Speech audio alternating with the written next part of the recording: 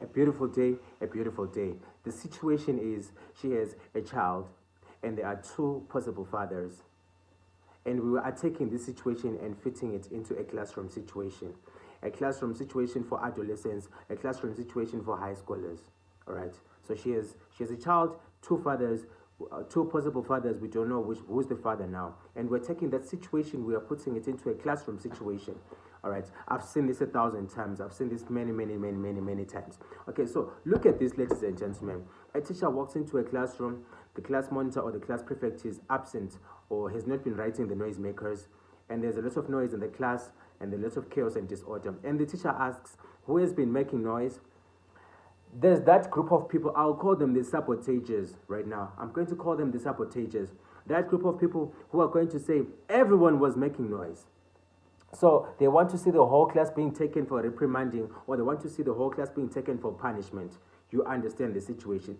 So they do not want to be accountable. They do not want to be transparent. They prefer for everyone to suffer. That's the situation that we're facing on the Dorothy versus Molefe case. For those who do not know the Dorothy versus Molefe case, it's a soapy on ETV. It's called House of Zwide. Okay, so we're having that situation on House of Zwide.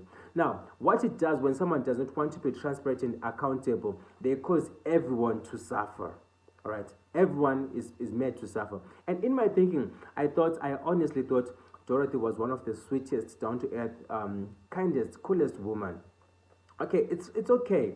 It's okay. You know what, ladies and gentlemen, we could understand that perhaps Molefe is the father. The man that she loved, that she claims to love, Molefe is the father. But why does she not want to take a DNA test to verify so that Molefe's heart and mind can be at peace? You see that? So back to the situation, to the context of our classroom situations.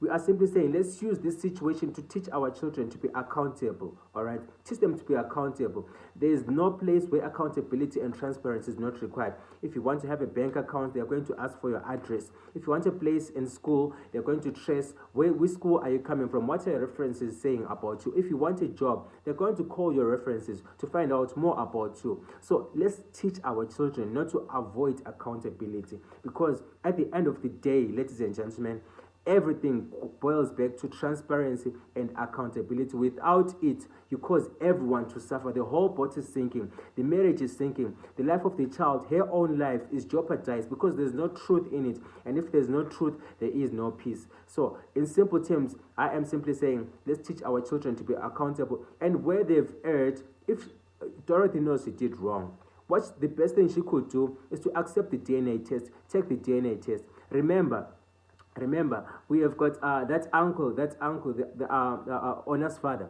Ona's father, I forget his name, but we've got Ona's father who went and advised her to take the DNA test, and she told him not to interfere in her marital issues. But he was trying to help. He's trying honestly to assist.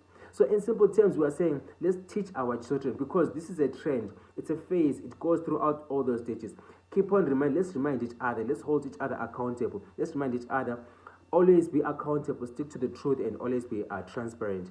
I hope that our learners are going to get better, because hoping that everyone is sharing these videos for parents, for guardians, and yourselves as a high school, because I know I've got a good following of high school learners too. So let's be transparent, let's be accountable. That's the message, and that's the tie that I would like to link between the Molefe and Dorothy situation and high scholars or students. All right, thank you so much. Enjoy your day.